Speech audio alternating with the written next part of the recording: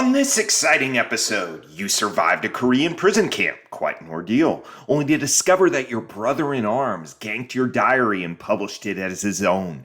Now, it's blockbusters. You're sitting here with a cane having to pay $4.95 for the privilege of reading your own book. What are you going to call this case? It's got to be the case of the plagiarized prisoner, right? No? How about the case of the stolen script? Nada. How about the case of the borrowed biography? No, it's Perry Mason, Season 3, Episode 13, The Case of the Wayward Wife?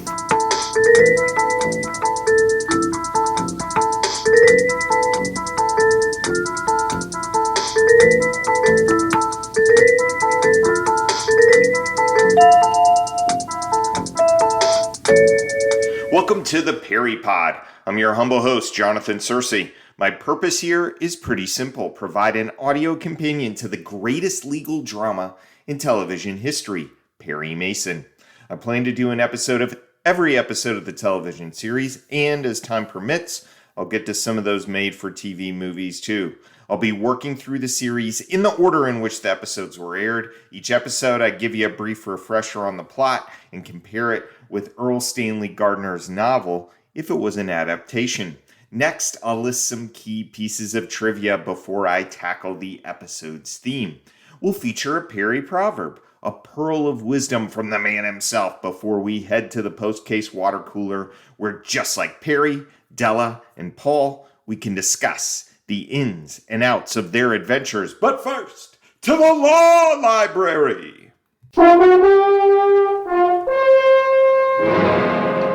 Each episode in the law library, we investigate some legal conundrum in the episode so we can find fresh precedents for future cases. This week in the law library, we tackle the second of our trifecta of oft-used objections. What exactly makes a piece of evidence irrelevant? Object, Your Honor. The question is irrelevant. Last week, we looked at the objection of incompetence. Kathy Beecher, if she's an incompetent witness, will try to tell Phil Beecher's own story about what went down in the mill with Charlotte. We're using as our evidence in this particular example, the case of the violent village. The only competent witness to testify about what Phil was doing in the mill, Phil himself. By the way, that means Perry's not a competent witness for Phil's alibi either. Now we're talking about relevance. Okay, so Kathy can talk about what she did on the night of the murder. So far, so good. She's competent to testify to that. The question is whether or not what she was doing on the night of the murder, in particular, is relevant to the case. That is, beyond establishing an alibi. She had a breakfast for dinner meal of bacon and eggs. Can Perry ask about that? She wore shoes with rubber soles. Does it matter? She sat down and enjoyed an episode of Gunsmoke. Who cares? If Perry asked about topics like these, Everett Ransom could quite reasonably make an objection that the question was irrelevant. Note, this is really the loophole Mason sneaks his most brilliant legal ploys through. On the surface, the subject of his questions does seem irrelevant, but that's because the prosecutor, and frequently the witness, can't see where Perry's headed. But Perry's always got a purpose. Just you wait and see. Now, let's get to the plot of this episode. The case of the Wayward Wife. Thanks so much to listener Tim Cree for the flurry of alternate titles that began the episode. You'd think the big deal here would be the POW, Arthur Poe, the guy who opens and closes the episode. Instead, the title draws attention to the defendant, portrayed by Bethel Leslie. This is Leslie's third and final episode on Perry Mason. It's the third time she's been a Perry defendant. Previous episodes, The Case of the Fugitive Nurse, The Case of the Purple Woman, titles where she is the defendant get short shrift. Maybe Bethel Leslie made him a deal. Yeah, I'll be falsely accused and beleaguered as a wife for the third time, but you gotta give me some love in the title. I can't answer another question about whether or not I'm the Purple Woman or the Fugitive Nurse when I tell people to tune in for my appearance on this week's Perry Mason.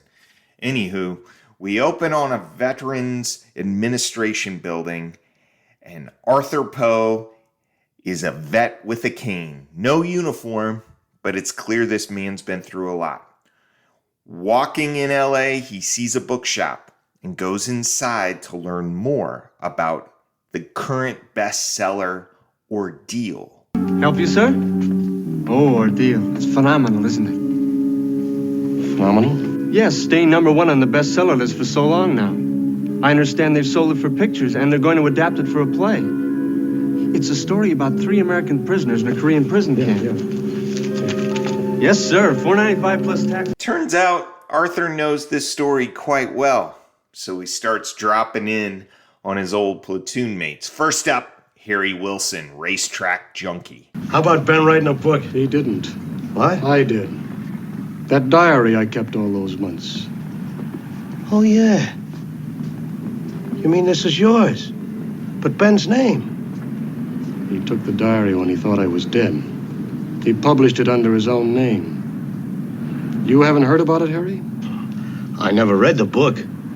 I haven't seen Ben since before he was married, a couple of years ago. Then comes Ben Sutton, the guy who purloined the diary and is currently not rolling in the dough? Now, look, I want to do the right thing. But right It's now, easy to do the right thing. All you have to do is call your publisher, your theatrical agent, your picture agent, tell them you stole my property, and then turn over all the money you stole from me. I can't. I'll have to find a way to make it up to you. And I haven't any money on flat. And here's the first appearance of our wayward wife, Mrs. Ben Sutton. Something sinister's going down with her and her hubby. Sylvia, I need $10,000. I haven't got it. All right, then I'll have to ask your brother for it. No. One or the other. Ben, you leave Gil alone. I don't want you making any more demands on him. Turns out Harry Wilson knows something's up too. So now we've got multiple threats being made. I've got to give him $10,000. That's why you're here. That's right. Just give it to you. Just give it back to me. Oh, I can't, Ben. The ponies have been treating me real bad.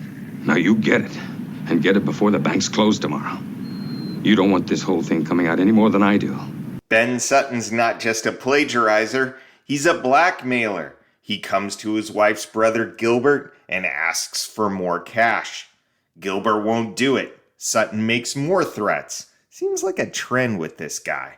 And then we get the patented Bethel Leslie Torn of Tears routine.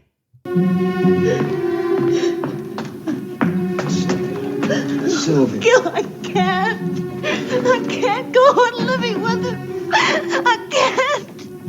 I'm trying to stop him from coming here, Gil. It's all right. Well, she's smart enough to consult Mason. About 1.5 years ago, he was involved in an automobile accident. The victim was badly injured. Automobile accident? Yes, Gil hit a pedestrian. A woman. Was the accident reported? No. And your husband's been using this knowledge to get money from you? Enter Della Street, book critic.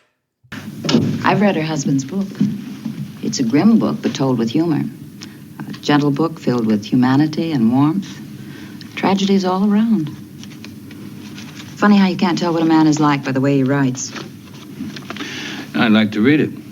I'll see that you get a copy. Sylvia tries to get away from it all, but her sister-in-law gives her a ring, and chaos ensues. Sylvia tries some harebrained scheme involving off-kilter horns, apparently. We get lots of this.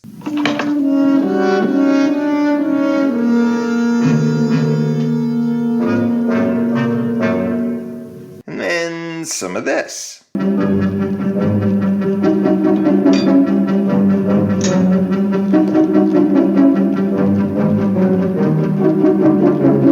It all ends with Ben Sutton dead and Sylvia, not her brother, getting charged. Meanwhile, Artie, don't call me Edgar Allan, Poe comes a-calling on Mason and explains the book's title and what he wants out of all this hoo-ha. Have you read Ordeal? Yes, why? It's my book. I wrote it. You wrote it. Yes, it was my ordeal. Ordeal, Mr. Poe? An ordeal not of dying, but of being afraid. Most people are honest, Mr. Poe.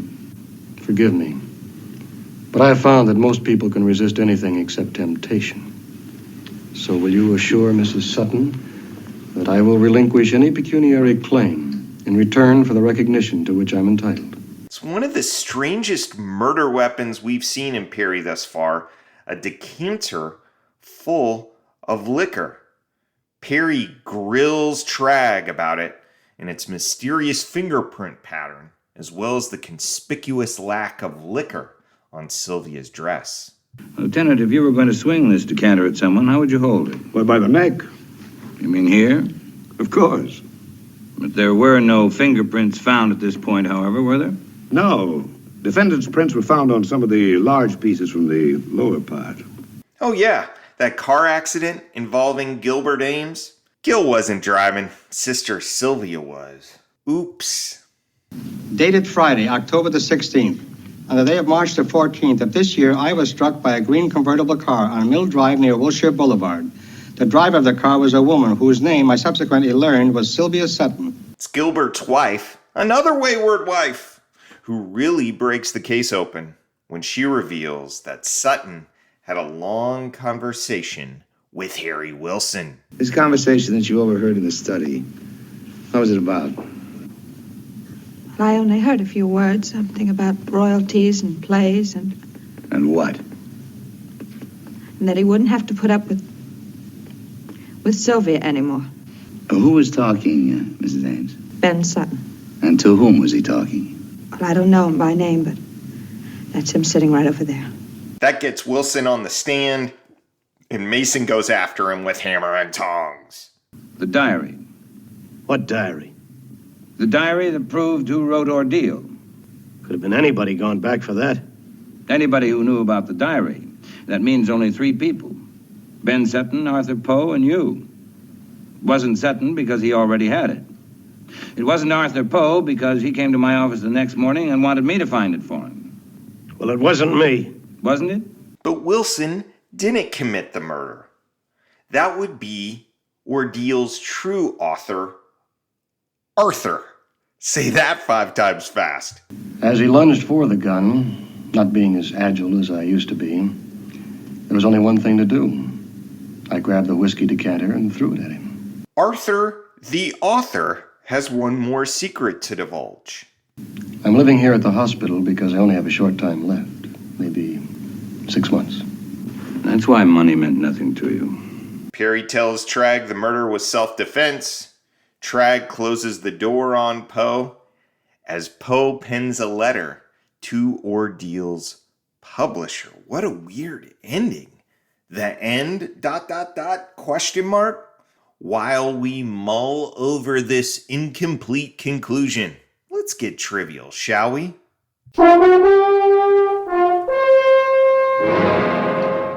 Each episode in our trivia section, I give you 3 takeaways. A Paul is a subject worth investigating more.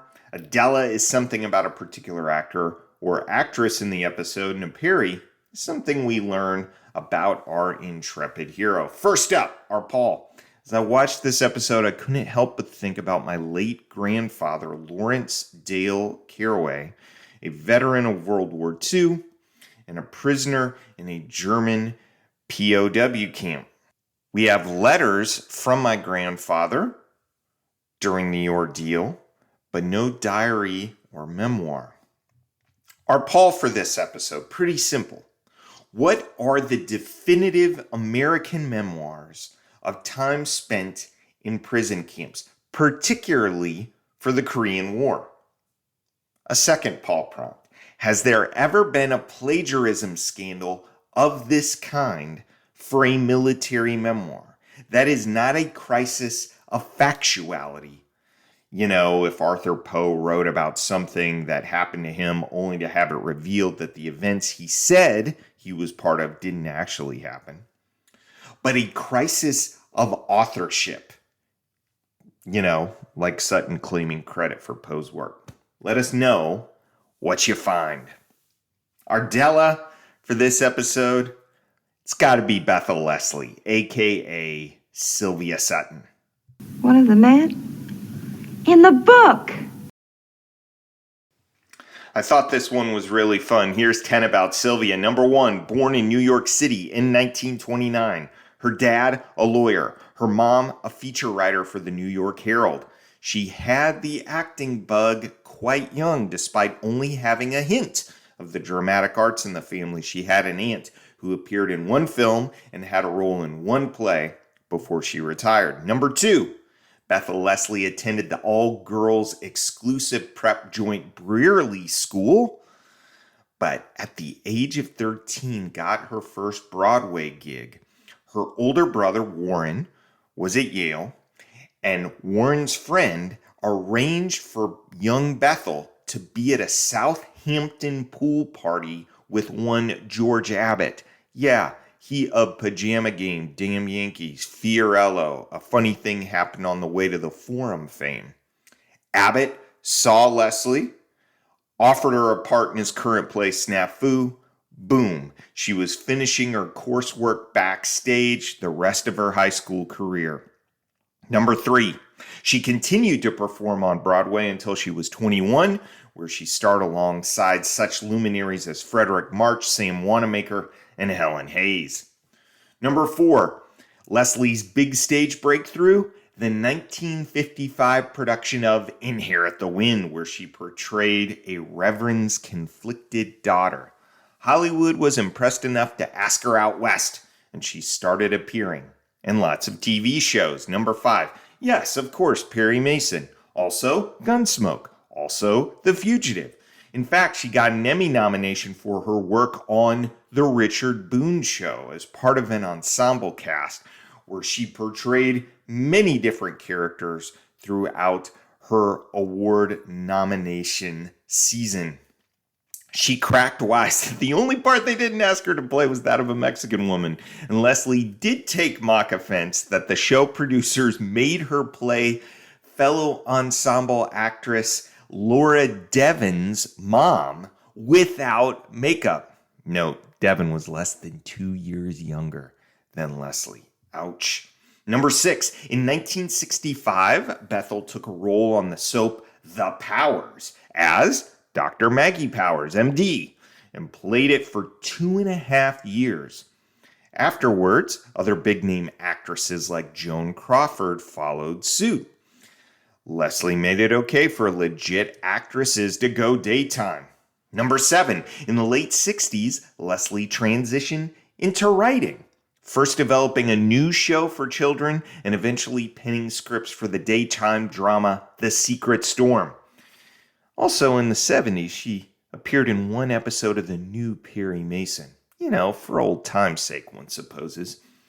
Number 8, in 1986, she made her final Broadway appearance as the morphine-addicted mother in Eugene O'Neill's Long Day's Journey into the Night. Her work earned her a Tony nomination. Number 9, Bethel's older brother, you know, Warren, the one who got Bethel in with his friend so she could meet George Abbott. Yeah, that one. This guy was the vice president and chief PR man for Neiman Marcus, Dallas-based company. In the early 60s, Warren Leslie got serious notice after he wrote a book called Dallas, Public and Private, in the aftermath of JFK's assassination. You can still see the book quoted in pieces all over the place on the Big D.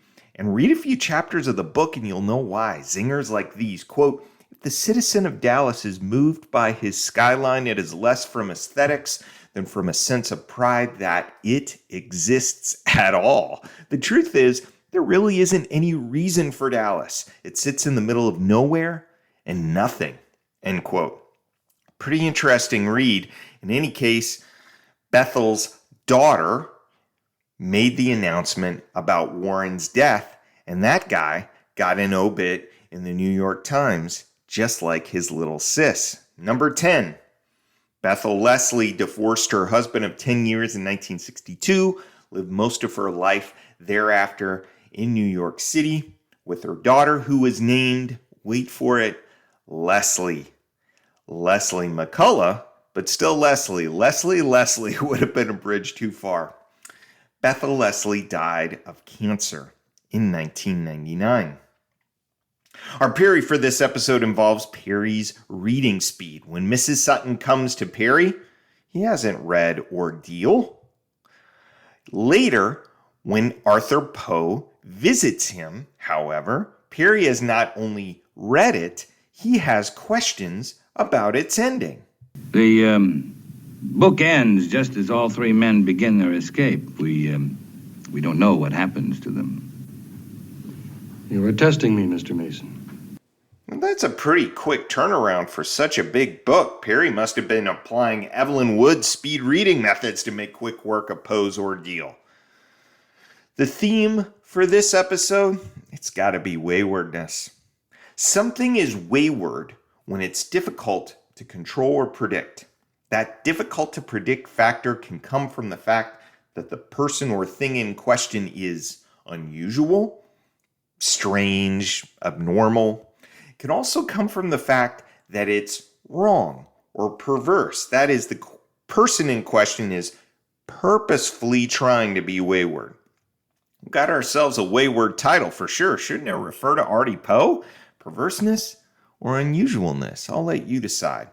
But let's dig in to Mrs. Sutton, because I don't think she's perverse. That would be our wayward warrior Ben Sutton, her husband. Harry Wilson, too, Wayward Wilson. Sylvia did wrong when she concealed the car accident. It was her fault. But nothing we learn about that incident implicates her as perverse. She's paid the penalty. She's been punished by her own husband for what she did. Arthur Poe doesn't strike me as perverse either. His case is certainly unusual, though, which means we get a particularly wayward windup for the world of Perry. The case is solved in the denouement, and one of the only other cases I could think of where this happens is the case of the demure defendant, right? With Pappy, Perry's conversation with Pappy. You don't know me nothing. I don't know you nothing. It appears that Artie Poe is going to be judged by his own body rather than the judicial system. He sits in a room hoping he gets recognition. He doesn't want money, just respect. It led to him killing his former brother in arms, whether in self-defense or not, and that really is unusual. The lesson, ordeals, are always wayward, particularly so when the people going through them are too. Now, let's hear a Perry proverb.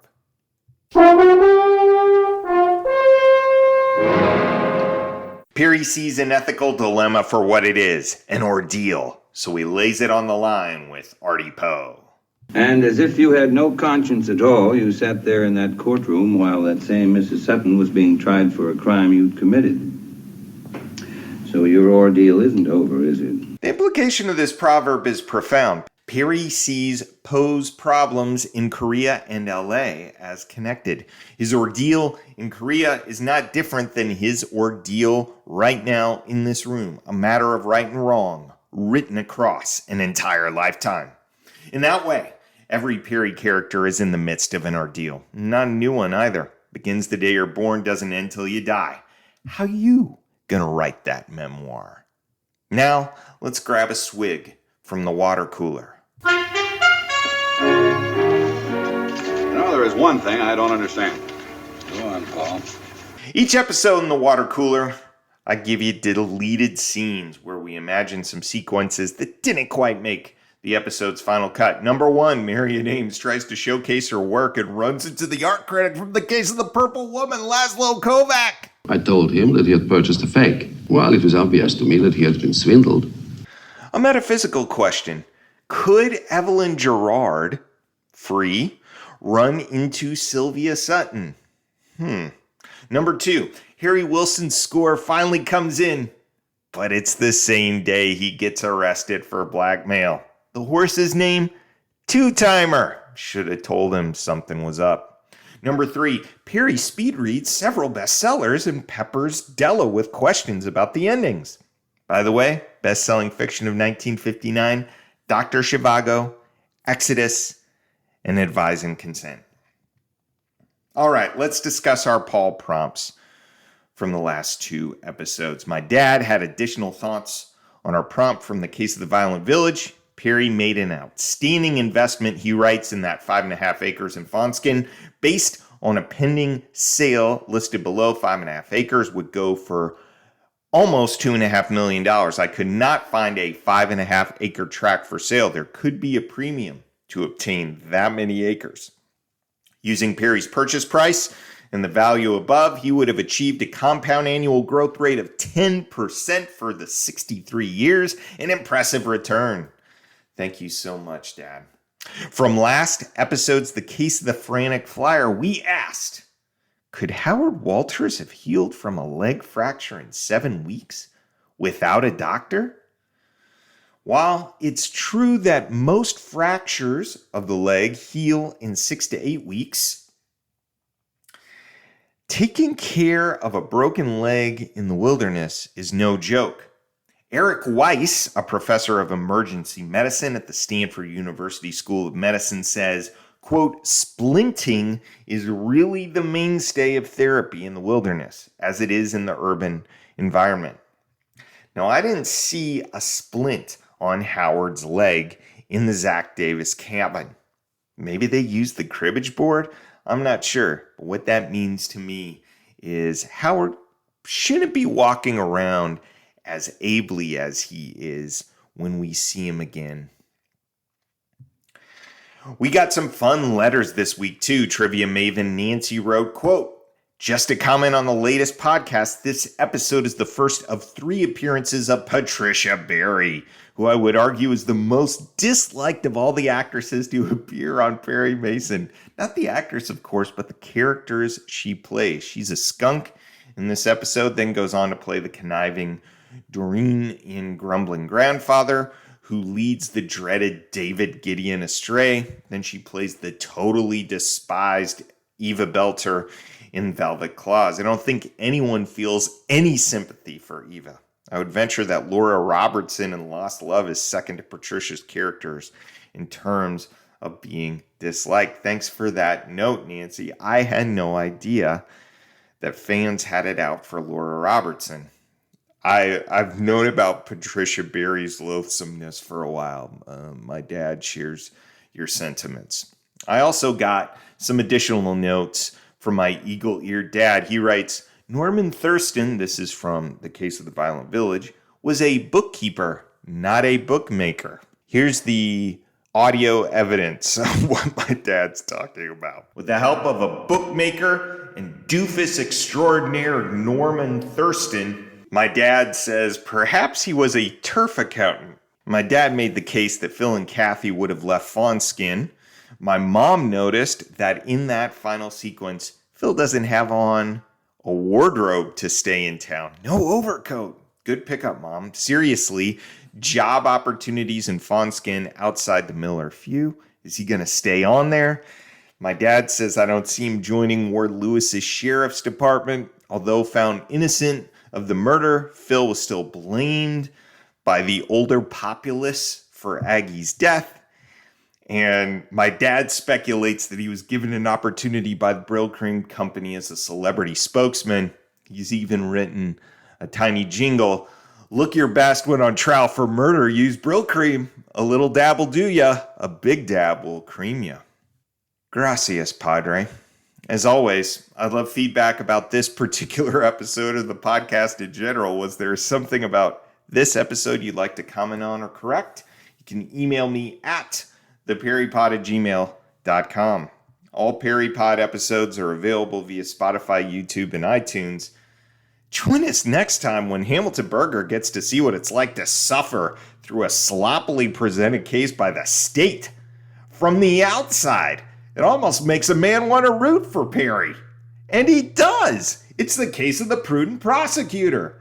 Until then, this is Jonathan Searcy saying, keep on walking that Park Avenue beat!